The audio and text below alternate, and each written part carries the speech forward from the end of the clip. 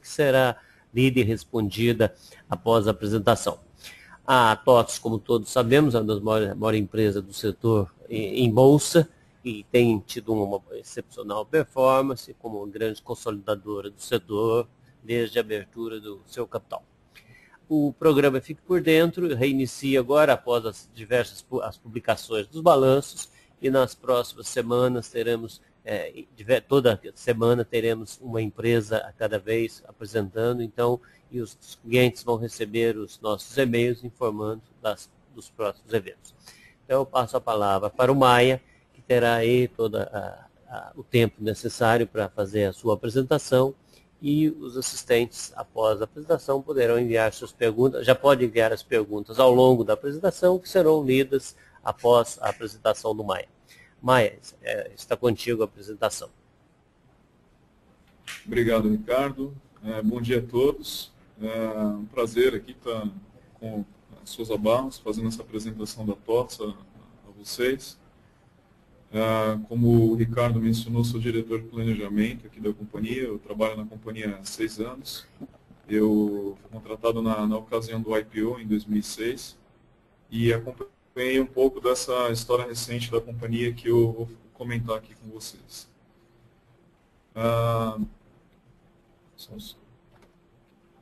Bom, nesse primeiro slide que a gente trouxe para vocês, ele resume um pouco o que é a história da TOTVS.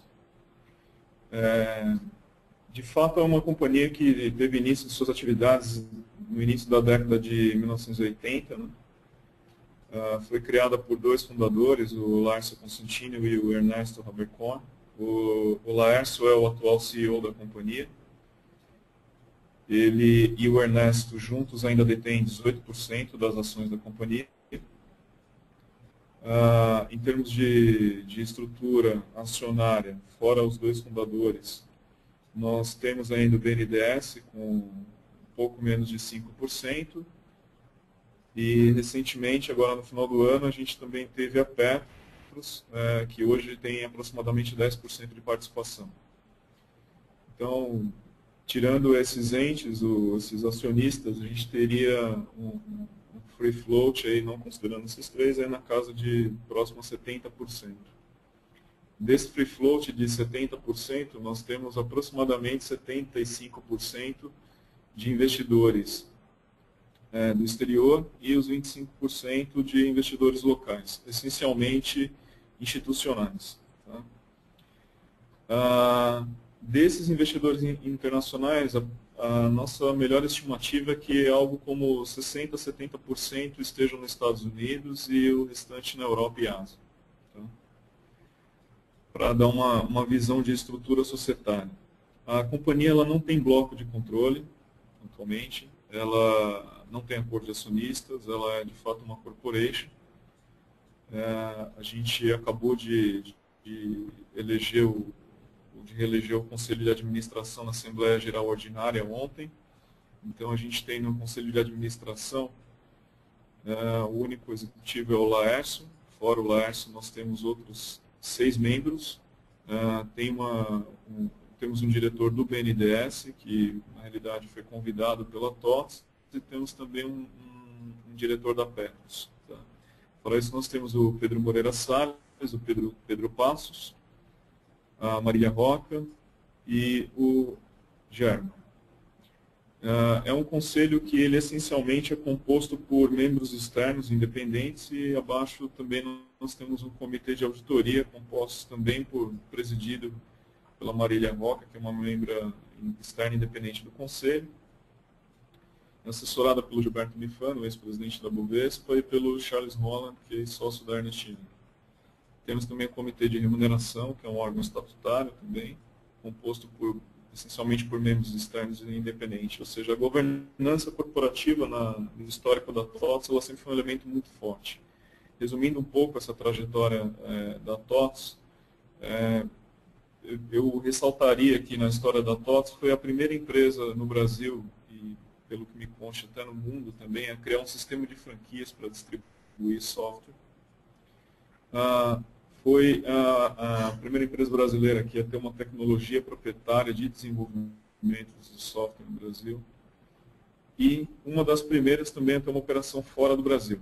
Isso foi em 1997, quando a Microsig, ainda na época que foi a primeira denominação social da empresa, criou uma subsidiária em Buenos Aires. Mas um outro ponto importante foi em 2001, quando a companhia admitiu um sócio de fora, porque até então os dois fundadores eram sócios da empresa. A Advent, o fundo de Private Equity, comprou uma participação da empresa em 2001. E, principalmente naquele momento, a empresa reforçou ainda mais a estrutura de governança para respeitar também o sócio externo. Foi criado o Conselho de Administração. Maia? Sim? É o Clodoir. Viu? Só uma curiosidade, você está mudando o slide ou... Não, não. Por enquanto está no mesmo. Ainda eu vou desenvolver mais rapidamente. Só para dar um contexto da empresa. Não, tranquilo. É que eu fiquei com medo se você tivesse mudado e não tivesse parecido para mim. Maravilha, okay. Então. Obrigado. Bom, tentando ser um pouco mais breve nessa história, quando em 2005 foi, eu acho que uma passagem muito importante aqui para a empresa fez a sua primeira grande aquisição. Foi um ano em que a Advent realizou o investimento dela, saindo da participação societária da TOTS. Na ocasião, nós tivemos o investimento do BNDES também, então o BNDES essencialmente ocupou o espaço deixado pela Advent, e a TOTS realizou a primeira grande aquisição no mercado brasileiro de sistemas de gestão, que foi a Logocenter. Na ocasião, a Logocenter representou algo com 25% da Microsig em termos de tamanho de empresa. Tá? Um ano depois, um pouquinho mais, em março de 2006, a empresa fez a abertura de capital, listagem no novo mercado, a primeira empresa no setor, na América Latina, se tornar uma companhia listada, uma companhia aberta. E aproximadamente um mês depois adquiriu a RM Sistemas, que na ocasião era o terceiro maior player nesse segmento de sistemas de gestão. E mais recentemente, em 2008, em agosto de 2008, a TOTS incorporou a DataSul, que era uma outra companhia aberta no setor, e digamos que em grandes números ela concluiu um processo de consolidação do mercado brasileiro, tá? Superando a barreira de 1 bi de reais de faturamento. Interessante que vocês devem estar vendo aqui que ao longo da história da empresa tem alguns alvos, que eram metas que a empresa foi estabelecendo. E ali no final de 2001 para o início de 2002, a empresa ela tinha estabelecido uma meta de atingir 1 bilhão de reais de faturamento em 2010. Essa meta foi atingida em 2009. Tá? Ou seja, a gente vê que a empresa ela define muito claramente as suas fases de história, entre fundação, fortalecimento da companhia. 2001 foi uma fase de transição onde a empresa reviu e deixou mais claro o seu próprio DNA. De 2002 até 2011 foi uma fase de consolidação de mercado e conquista e consolidação da liderança, na realidade. E em 2012 a gente considera que a empresa está entrando numa nova fase onde ela pretende reforçar a sua marca, a sua plataforma tecnológica, dar um pouco mais de foco na internacionalização da empresa, focar também em negócios escaláveis, sistemas segmentados, sistemas sociais também, redes sociais, e M&A também é um elemento muito importante para esse elemento, para essa nova fase da companhia. Com isso, a companhia se tornou a 6ª maior empresa do mundo no setor dela. Tá? Então, vocês podem ver nesse slide da página 3, que ela está atrás de muito grandes players como Microsoft, Oracle, SAP, mas de longe já é a maior empresa no setor de mercados emergentes. Consequentemente, após essas consolidações de mercado e ritmo de crescimento também orgânico da companhia, a TOTS ela atingiu a liderança de mercado no Brasil. Então, vocês podem verificar aí na página 4, a companhia tem quase 50% de participação de mercado total no Brasil, de RP, que como consequência da companhia mais de 30%, quase 35% de participação na América Latina, uma vez que o Brasil representa algo como 54% do mercado latino-americano como um todo. Nesse slide da página 5, a gente tem dados similares, mas porém providos pelo IDC, o anterior eram providos pelo outro instituto, Gartner. São dados similares, mas aqui a gente consegue ver uma evolução desse market share. Interessante dizer que, fora aquele primeiro slide da página 2 que eu mostrei, todos os dados contidos nessa apresentação de agora em diante, eles são pro forma. Ou seja, a gente considera todas aquelas empresas adquiridas como se elas sempre estivessem conosco desde 2005. Então, quando vocês veem o market share de 2008, ele inclui DataSul, ANM, Logocenter também. Tá?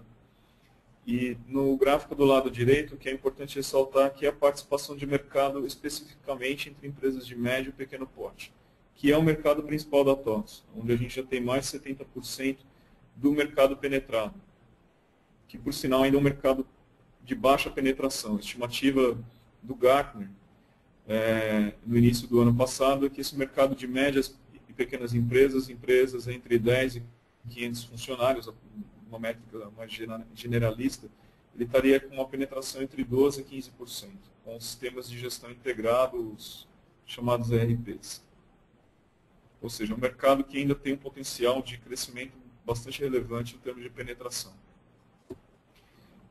Nesse slide da página 6, vocês podem ter uma ideia em termos de tamanho de mercado no que se refere a Brasil especificamente. Então, como eu comentei, empresas pequenas, empresas acima de 10 funcionários, empresas médias até 500 funcionários. Então, a gente tem um número superior a 600 mil empresas. Tá? Essa faixa de mercado, ela representa algo como 80% da receita total da companhia. Empresas grandes e mega grandes, né? São empresas acima de 500 funcionários, representa algo como 15% da receita total da empresa. E interessante dizer que nessa faixa de grandes e mega grandes, a TOTVS ela já é o segundo player, já, atrás apenas da SAP. Esse mercado da base da pirâmide, que são empresas abaixo de 10 funcionários, que tem mais de 4 milhões e 600 mil empresas, é um mercado com uma penetração ainda inferior a desse mercado com a faixa azul. Tá? Mercado muito pequeno.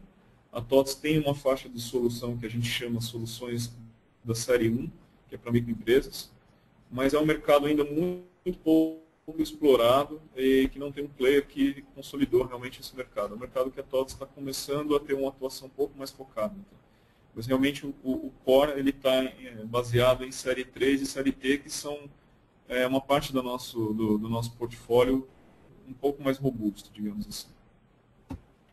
E como eu comentei anteriormente, vocês podem ver aqui no slide da página 7, o Brasil ele representa mais da metade da América Latina.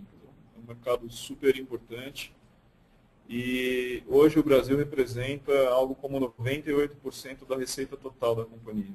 Então a representatividade dos demais países da América Latina ainda é muito pequena em termos de receita.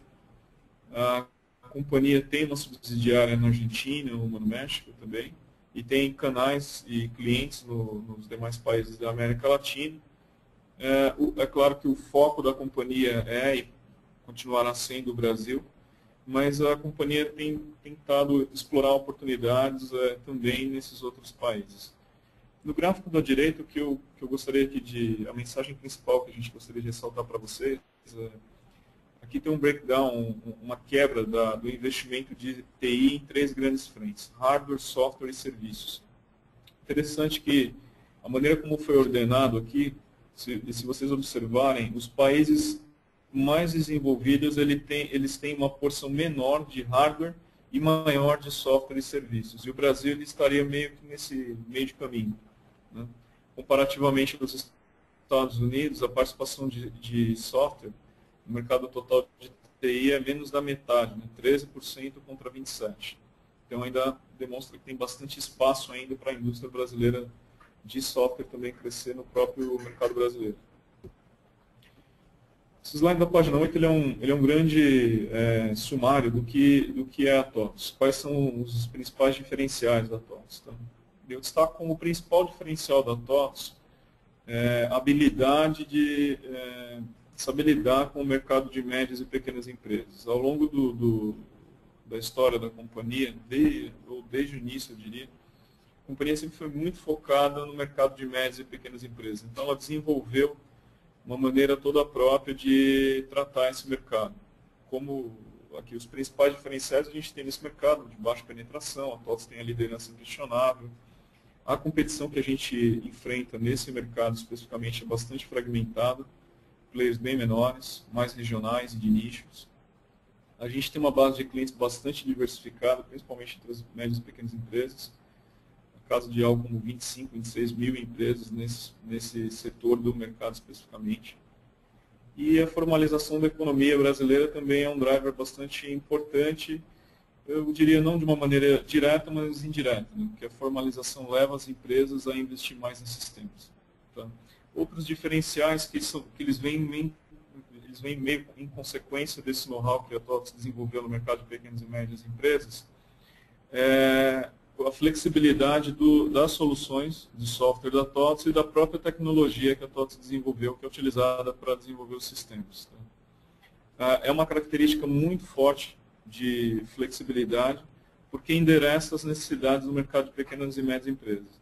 Você tem um número muito superior de empresas comparativamente ao mercado de grandes e mega empresas, e você tem então uma variedade de situações muito ampla. Então o software tem que ser bastante flexível. E a tecnologia também da TOTVS sendo flexível, ela dá, além da independência, né, tecnológica para a TOTVS, ela também provê flexibilidade para o cliente poder utilizar a combinação de hardware, banco de dados e sistema operacional que ele bem entender. Outro grande diferencial, como eu comentei no início, é a rede de distribuição. A TOTVS ela desenvolveu um modelo de distribuição especificamente para o mercado de pequenas e médias empresas baseada em franquias.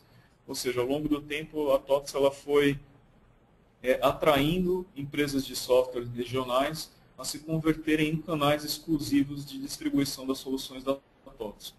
Esse modelo ele é aplicado no Brasil e a gente tem replicado esse modelo fora do Brasil também. Mas, basicamente, você tem um sistema de franquias territorial, em que cada território você tem um canal exclusivo que representa a TOTVS. Tá? Isso dá um comprometimento do canal com a TOTVS e com os clientes muito grande. Tá? E faz com que o próximo elemento, que é o modelo de negócio, faz com que a TOTVS ela possa compartilhar com o canal todos os 3 elementos de receita, que seriam receita de licença, de serviços e de manutenção. Nós temos essas 3 linhas básicas de receita. Nessa figura da página 9, a gente tentou retratar um pouco o que hoje a TOTVS endereça no mercado. Então, o centro, realmente, o core do nosso negócio é RP, Sistema de Gestão Integrado. A gente tem o conceito do RP por segmento, ou seja, por setor de indústria, porque cada vez mais o empresário ele quer um sistema que enderece as necessidades de back-office, de retaguarda, mas também aquelas atividades fim da empresa, ligadas ao core realmente, ao controle da operação em si, não simplesmente das atividades administrativas. Então, a TOTVS, até as próprias aquisições realizadas pela TOTVS, elas endereçam muito essa questão do RP por segmento. Porque a filosofia foi integrar soluções que nós já tínhamos com soluções das empresas que nós adquirimos, de forma a cobrir a operação inteira do nosso cliente, tanto no que se refere à retaguarda, quanto ao que se refere ao core business realmente do nosso cliente.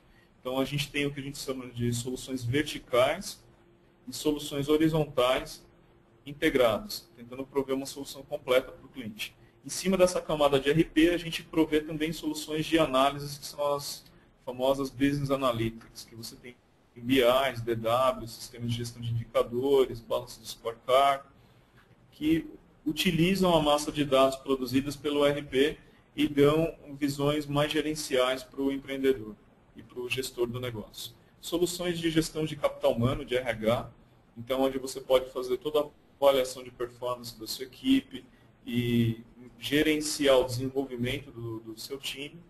O CRM, né, que são sistemas de controle de gerenciamento com clientes, né? Esses 3 elementos são uma camada que elas são acopladas em cima do ERP.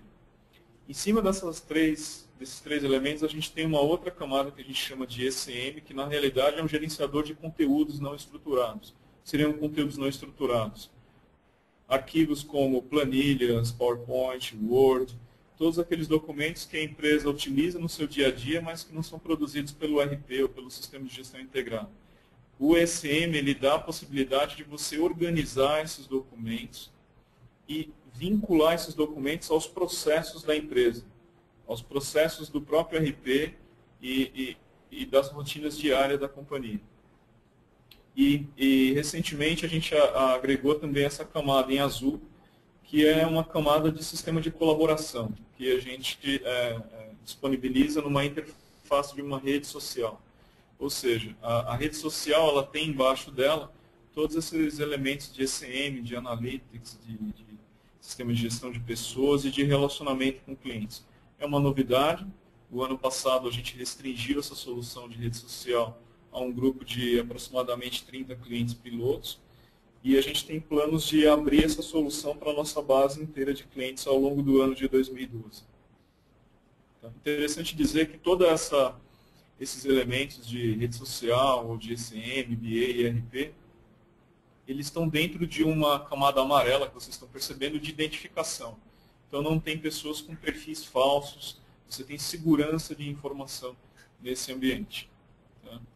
Como eu comentei anteriormente, nesse slide da página 10, vocês podem ter uma ideia de como é a distribuição geográfica. Então vocês têm as franquias aqui no canto superior esquerdo, vocês têm uma ideia de como é o posicionamento das franquias TOTS, canais exclusivos ao redor do território brasileiro. Algumas dessas franquias são possuídas, os donos são a TOTS, né? Então a TOTS é a detentora dessas empresas, se bem que do ponto de vista interno a gente as trata como franquias também. E do lado direito e abaixo também vocês têm uma visão do que é o mercado internacional. Uma notícia recente é que a operação de Portugal, a gente, agora no final do ano, converteu também em uma franquia, deixou de ser uma subsidiária da TOTS. Tá? Voltando um pouquinho só nas 3 linhas de receita que estão refletidas no slide da página 11, a gente tem basicamente 3 linhas: licença, serviços e manutenção. Então a TOTS ela licencia o uso dos sistemas, como você tem na maioria dos softwares no mundo. A gente cobra por usuários concorrentes do cliente. O cliente paga o serviço pela implementação ou configuração e setup do sistema. Uma vez o sistema implementado, o cliente ele passa a pagar uma manutenção mensal, via de regra. Dá direito aos updates, né, remotos via internet, upgrades, novas versões e também ao suporte telefônico via helpdesk. A gente tem uma retenção bem grande de clientes, aproximadamente algo como 96% dos nossos clientes se mantêm pagando manutenção, que é uma receita recorrente, é a mais rentável, inclusive, da empresa. É que no final do dia a gente vende licenças e presta serviço visando atingir a manutenção. Para vocês terem uma ideia, aí no slide da página 12, que a gente tentou ilustrar, é como que a franquia trabalha com a gente. A franquia ela é um agente intermediário de relacionamento, então ela busca captar novos clientes junto com a gente. Uma vez feito isso, a TOTS ela fatura a licença diretamente ao cliente, paga uma comissão ao franqueado. O franqueado, em geral, ele presta o serviço de implementação para o cliente quando ele participa dessa venda. E uma vez feita a implementação, a TOTS, ela, assim como a licença, ela cobra a manutenção diretamente do cliente e também paga uma comissão ao franqueado. Ou seja, o franqueado ele tem uma remuneração, ele é remunerado nas 3 linhas de receita. Tá? Quando a TOTS não tem envolvimento de um franqueado, ela faz o papel do franqueado. Ela cobra o serviço de implementação diretamente do franqueado. Nesse slide da página 13, vocês podem ter uma ideia do que é a evolução histórica de receita da companhia. E aí, como eu disse, isso é crescimento orgânico, porque aqui a gente combinou os números das empresas adquiridas desde 2006. É um crescimento bastante significativo e consistente. O que a gente teve uma certa desaceleração um pouco no último ano foi a receita de licença, que é um nicho que a gente está endereçando ao longo, já desde o final do ano passado, na segunda metade do ano passado, mas que a gente busca reacelerar esse ano. O segundo elemento desses serviços, ela tem também tido uma performance recuperada, principalmente no último ano. Vocês podem perceber que houve uma certa desaceleração no ano de 2010, mas uma recuperação no ano de 2011.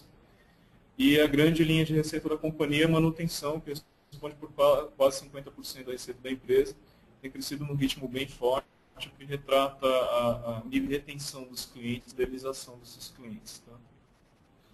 Interessante dizer também que o contrato de manutenção, ele é um contrato muito parecido com o contrato de utility. Né? Ele tem uma previsão de que a cada 12 meses o contrato vai ser atualizado por inflação. Então, isso faz com que a gente tenha uma manutenção protegida também de efeitos inflacionários. Tá? Vocês podem ver que ao longo dos anos, a gente teve um comportamento bastante estável, que de certo modo é um desafio, né? Porque à medida em que a manutenção, que reflete a base instalada, ela cresce, é sempre um desafio você manter a relevância da licença, porque a gente tendo mais licença, isso traz mais serviço futuramente e, consequentemente, mais manutenção também no futuro. Slide da página 18, vocês têm uma ideia basicamente do que foi no último ano. Os 3 principais blocos aqui de composição de custos, então, pesquisa e desenvolvimento, custos de serviços e taxa de licenciamento. Tá? O outro bloco de despesas que a gente teve é despesas de vendas, comissões, perdas com devedores duvidosos e marketing. E o terceiro grande bloco de despesas gerais administrativas e honorários de administração. Esse quarto bloco é um mais não recorrente, digamos. Tá? Então, essencialmente, a gente tem ganho em termos desses gastos como percentual da receita. Nós ganhamos alguns pontos, né? Conseguimos reduzir esses gastos como percentual de receita um pouco no primeiro bloco. Perdemos um pouco de performance no segundo, que é o que a gente também está tentando, tem a ver com com aquele componente de licença que a gente está buscando reacelerar. Então, isso vai influenciar numa diluição desse bloco de despesas com vendas, porque a gente tem que ganhar mais eficiência nesse bloco. E no terceiro bloco de despesas gerais administrativas, o ano passado a gente teve uma elevação principalmente pelo reconhecimento dos stock options da empresa avaliados a Black & Scholes, mas eu diria que a partir de 2012 a gente vai ter uma base comparativa um pouco melhor nesse sentido. Aqui na página 19 a gente tem um resumo em termos de números, né, do que foi o ano de 2011 e 2010. Estão crescendo 13%, lucro líquido da companhia crescendo 23% e o EBITDA 6,6%. Aqui o EBITDA dele cresceu num ritmo inferior. Um dos principais motivos é a rentabilidade das operações internacionais, que mesmo com uma baixa representatividade em termos de receita, produziram um EBITDA negativo bastante relevante no ano passado, e isso foi o motivo de a gente ter feito alguns ajustes no final do ano, entre os quais o próprio encerramento do nosso escritório em Portugal, passando Portugal a ser atendido pela franquia do Canal Terceiro. Então, a ideia quando a gente olha a operação brasileira do ano passado, ela teve uma margem EBITDA de quase 27%. Então, o esforço da companhia é tentar diminuir essa distância entre a margem consolidada, aí, que o ano passado foi de 24%, tentar aproximar o máximo possível essa margem consolidada da margem brasileira, que roda acima de 26%. Aqui vocês têm na página 20 aí um histórico do que tem sido o EBITDA da companhia. Vocês veem que tem um desenho muito parecido com a evolução da própria manutenção da empresa, então quanto maior a manutenção ao longo dos anos, a gente consegue agregar EBITDA também para a companhia. E tem uma certa estabilidade, aí, como vocês podem ver no gráfico da direita. Parte daquele crescimento de lucro que vocês viram que foi até superior ao ano passado, que foi o crescimento de receita, ele também se deu, além do próprio crescimento operacional, também da redução do endividamento da empresa. Consequentemente, redução de despesas financeiras impactando em lucro. Aqui a gente tem um horizonte que foi desde o quarto trimestre de 2008 até o quarto trimestre de 2011, que no quarto trimestre de 2008 foi quando a gente captou recursos via linha de financiamento ProSoft junto ao BNDES e debêntures também privados com os nossos acionistas. Quando houve uma elevação do endividamento da empresa, na ocasião da transação com a DataSul. Passados esses 3 anos, a companhia praticamente zerou já o seu endividamento líquido, está muito próximo de caixa líquido.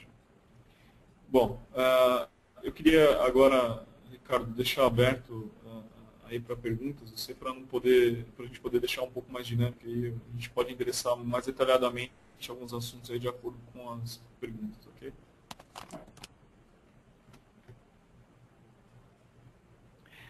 Oi, Maia, é o Clodoiro que está falando aqui, tudo bom? Vamos lá. Maia, é o seguinte, tem uma pergunta aqui do Nelson, ele está perguntando qual que é a diferença da lucratividade entre a filial e você ter uma franquia. Eu acho que, na verdade, ele está mais questionando aí, talvez, o tempo de custo para a empresa, né? Eu acho que talvez seja isso também. Eu complemento com o custo aí. Entendo. Na realidade, eu acho que para a gente exercitar um pouco melhor a resposta a essa pergunta, a gente poderia fazer algum exercício no que se refere à rentabilidade de cada uma das 3 linhas de receita. Diria o seguinte, sem qualquer sombra de dúvidas, a manutenção é a linha de receita mais rentável da companhia. Por quê? Porque a TOTS ela não capitaliza os gastos com pesquisa e desenvolvimento. Então, uma vez que a TOTS despesa todo o gasto com pesquisa e desenvolvimento, e a gente primeiro tem que desenvolver o software para depois vender, é como se todo o nosso custo de produção já tivesse sido despesado. Então, uma vez desenvolvido, quanto mais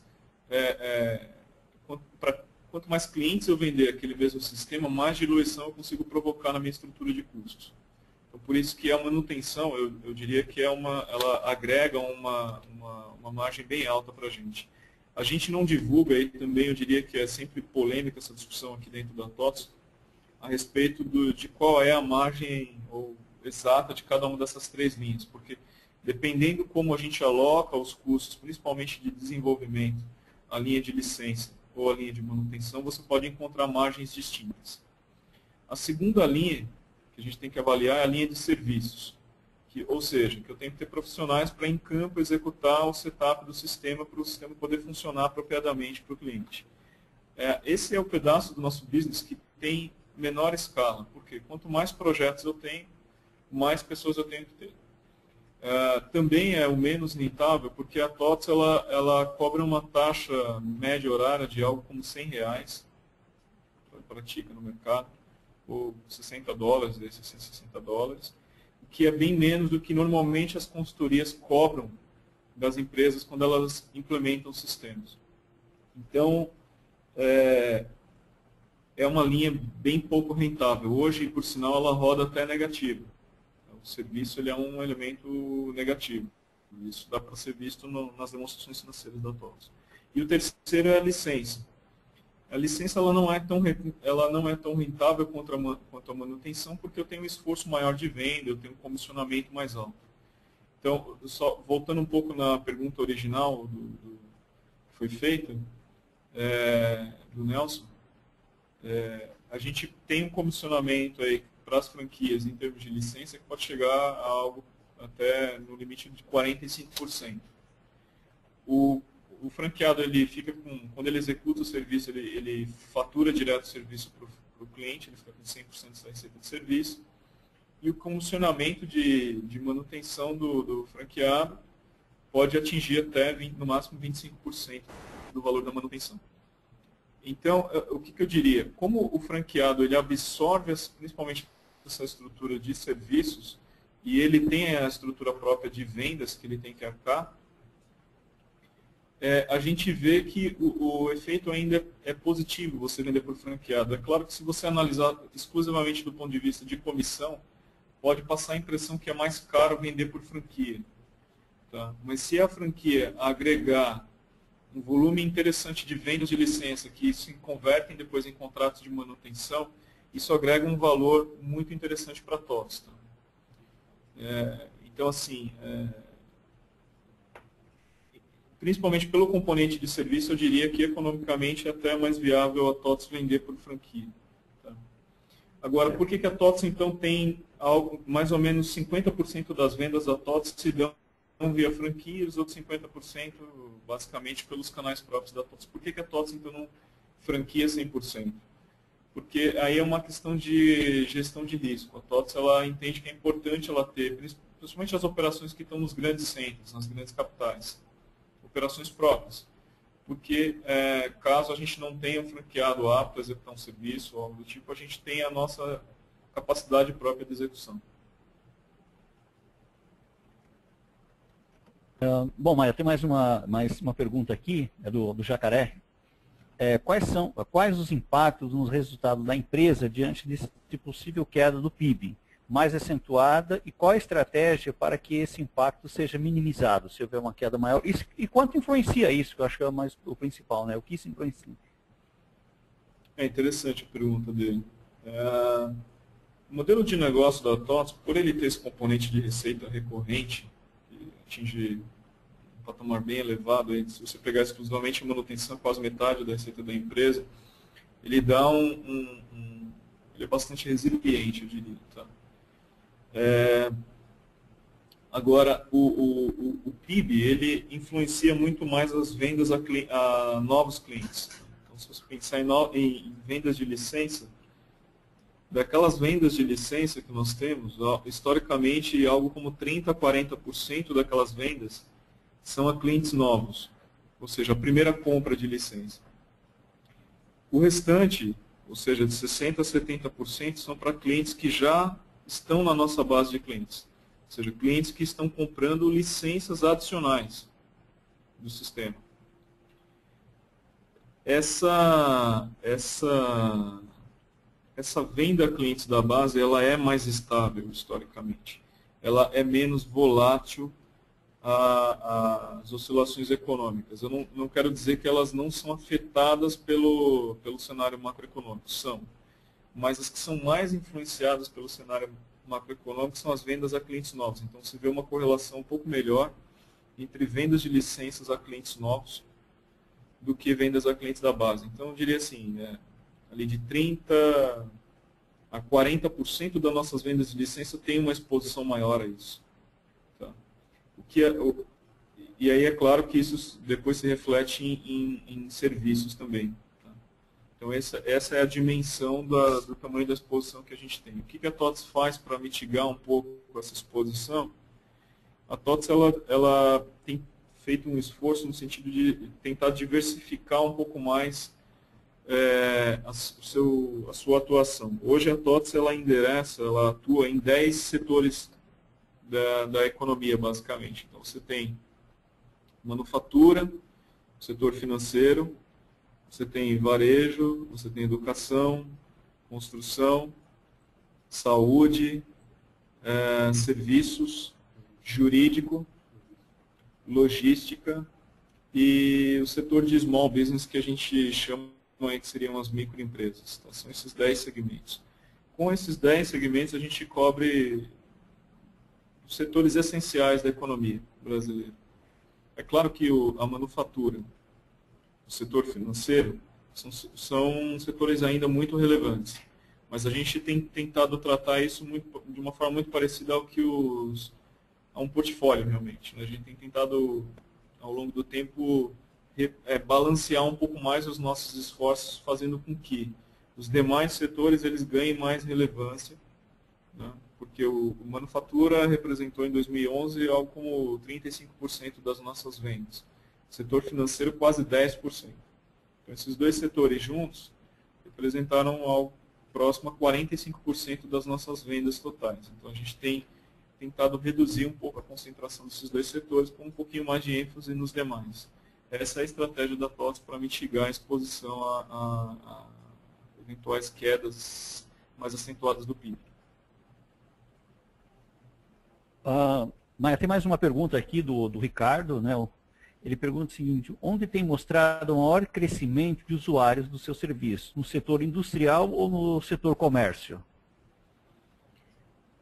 Outra pergunta bastante interessante.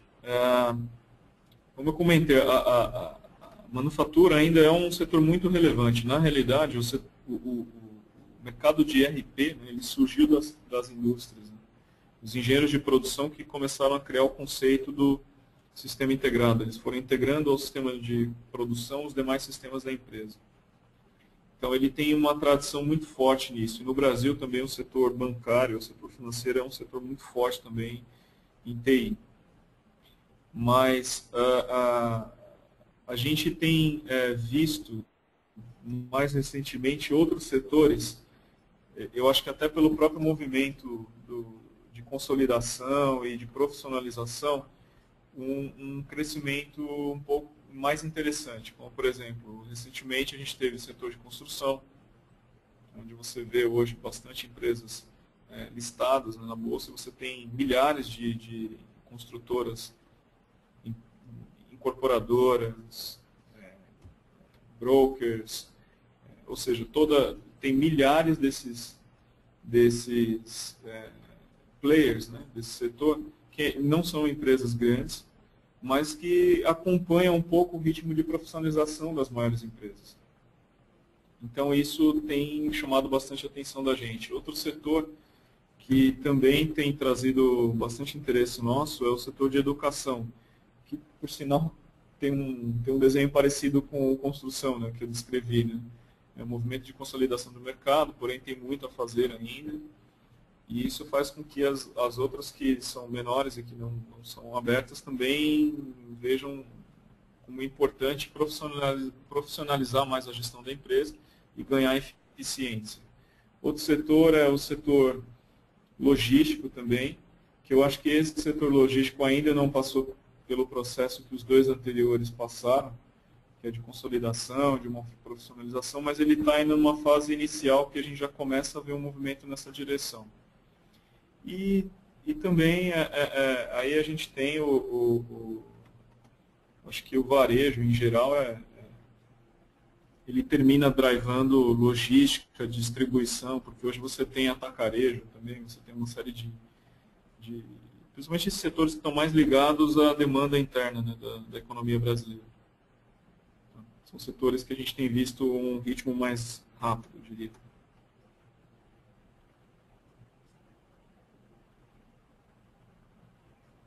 Mais um questionamento. Hoje você vê, assim, dentro do setor aí, que vocês estão, uma consolidação maior desse setor, né? Apesar de vocês serem o maior do setor, você acha que os bases menores têm uma possibilidade disso aí no futuro? Desculpa, eu não consigo ouvir direito a segunda parte da sua pergunta. Você poderia repetir, por favor? Então, hoje o setor, você acha que ele ainda tem a possibilidade de uma grande consolidação ainda no setor que vocês estão atuando hoje? Olha, eu vejo assim, a TOTS ela fez acho que grandes movimentos. Né? Eu diria, quando eu entrei na empresa aqui em 2006, a empresa tinha completado 1 ano da aquisição da Logocenter. Hoje eu acho que é uma coisa até óbvia, a gente vê players menores também fazendo movimentos de consolidação e tudo. Mas naquela ocasião havia uma certa...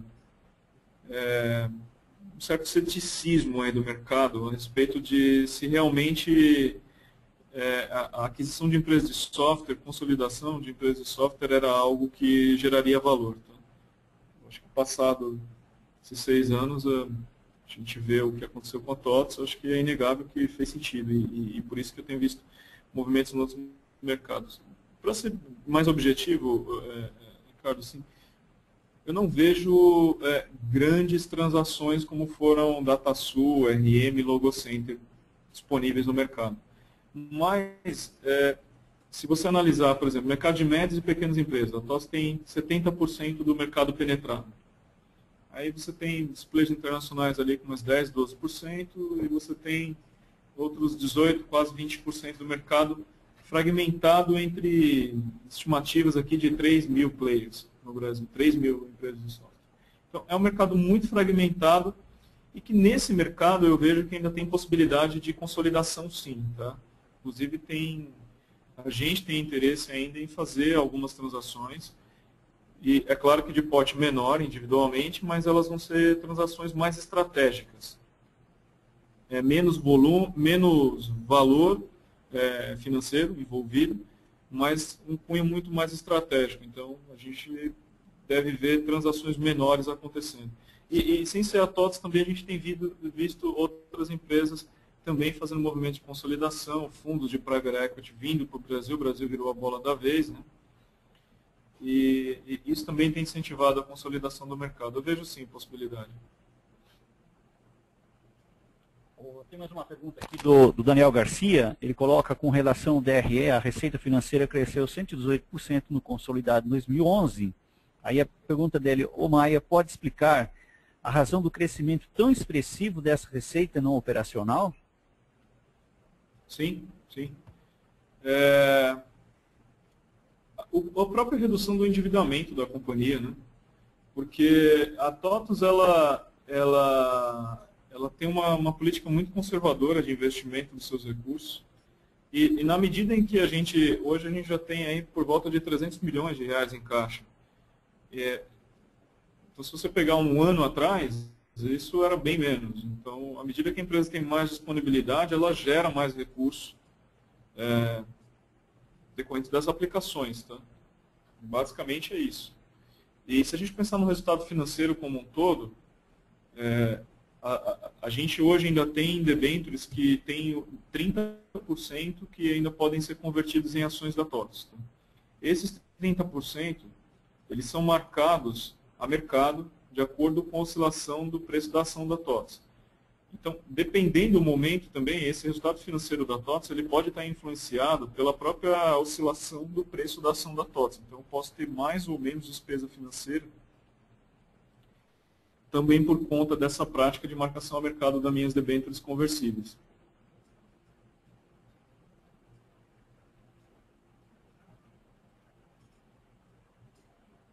Pessoal, não sei se tem mais alguma pergunta, fique à vontade, nós temos uns minutinhos ainda para terminar aqui. Fique à vontade aí de fazer mais perguntas.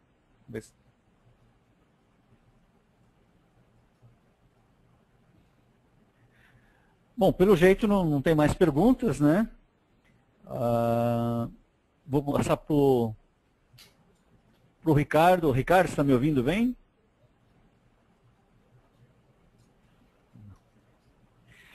Bom, só um minutinho que o Ricardo vai pegar outro microfone aqui. Tá?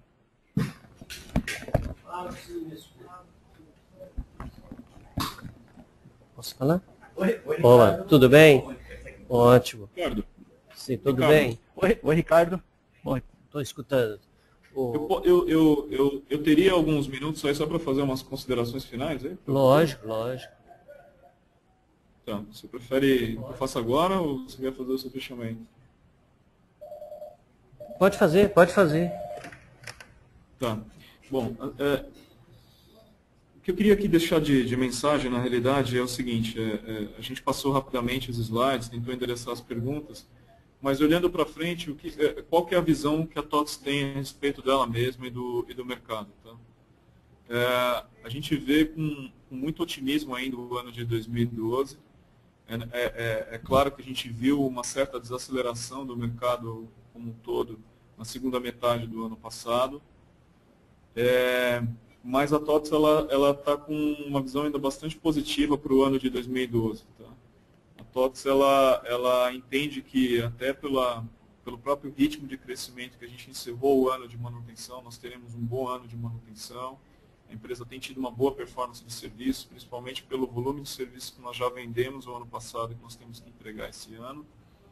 E a gente está bastante focado para recuperar o ritmo de crescimento e reacelerar esse ritmo de crescimento ao longo do ano na receita de licença. Então, a TOTVS ela está bastante otimista que ela vai conseguir entregar um crescimento de top line bastante interessante para esse ano. E também que ela consiga recuperar a margem EBITDA dela no curso para a gente ter um caminho um pouco mais curto para o guidance que a gente deu para o mercado em 2009, que a gente pretende ter uma margem EBITDA entre 2013 e 2016 no intervalo de 27% a 30%. Então, a agenda da companhia hoje ela é muito focada nesses aspectos que eu descrevi. De acelerar o crescimento de licença ao longo do ano, continuar na trajetória de ganhar performance em termos de serviço e manter o bom ritmo de manutenção. Tá? É claro que a manutenção tem um componente chamado inflação, que a gente não administra. Se houver uma desaceleração muito abrupta de manutenção, é claro que há um lag, né, e que isso vai, em algum momento, se refletir na manutenção, mas se a gente reacelerar o crescimento de licença, pode manter a manutenção num bom ritmo, e a gente entende que a gente vai ter um ano de 2012 bastante positivo. Muito obrigado. Agora eu deixo o fechamento. Ótimo. Não, Souza Barros, gostaria de agradecer a TOTVS pela apresentação, não só pela qualidade da apresentação que o Maia fez, mas também para dar aí aos nossos clientes e investidores uma ideia mais ampla e atualizada da TOTVS, do segmento, dos resultados recentes e nessa perspectiva aí de o que a TOTVS espera aí para os próximos anos, qual a expectativa, que isso é muito importante para a avaliação dos investidores quanto a seus investimentos que tem que ser feitos no curto prazo, mesmo pensando no longo. A corretora Souza Barros agradece a TOTVS pela participação, colocamos à disposição para o próximo trimestre, ou nos próximos resultados, ou quando a TOTVS assim desejar, de se dirigir aos nossos clientes, dentro do programa Fique por Dentro, e que teremos proximamente outros eventos. Na próxima semana, teremos diversos investidores, inclusive a TOTVS está na nossa carteira anual de recomendação, justamente porque a gente vê a TOTVS como um investimento assim de mais longo prazo e que na carteira anual ela permanece. Na próxima semana, dia 28, teremos a apresentação da São Martinho e na semana seguinte, dia 4 de abril, a apresentação da Cielo. Os senhores, nossos clientes e investidores estão convidados a acessar sempre a partir das 11 horas da manhã da São Martinho, no dia 28, quarta-feira, da Cielo, no dia 4 de abril, também uma quarta-feira. E agradeço ao Maia, a TOTVS mais uma vez, e aos assistentes pela atenção dispensada. Muito obrigado e até a próxima. Bom, Maia, até a próxima então. E obrigado aí pela apresentação, muito boa mesmo, viu? Tá. Obrigado. Acho que o ritmo no começo foi um pouquinho mais lento, mas depois eu tentei retomar aí a trajetória. A dinâmica legal. Obrigado e a gente fica aqui à disposição aí, tá bom? Um abraço, bom dia. Um abraço, bom dia a todos.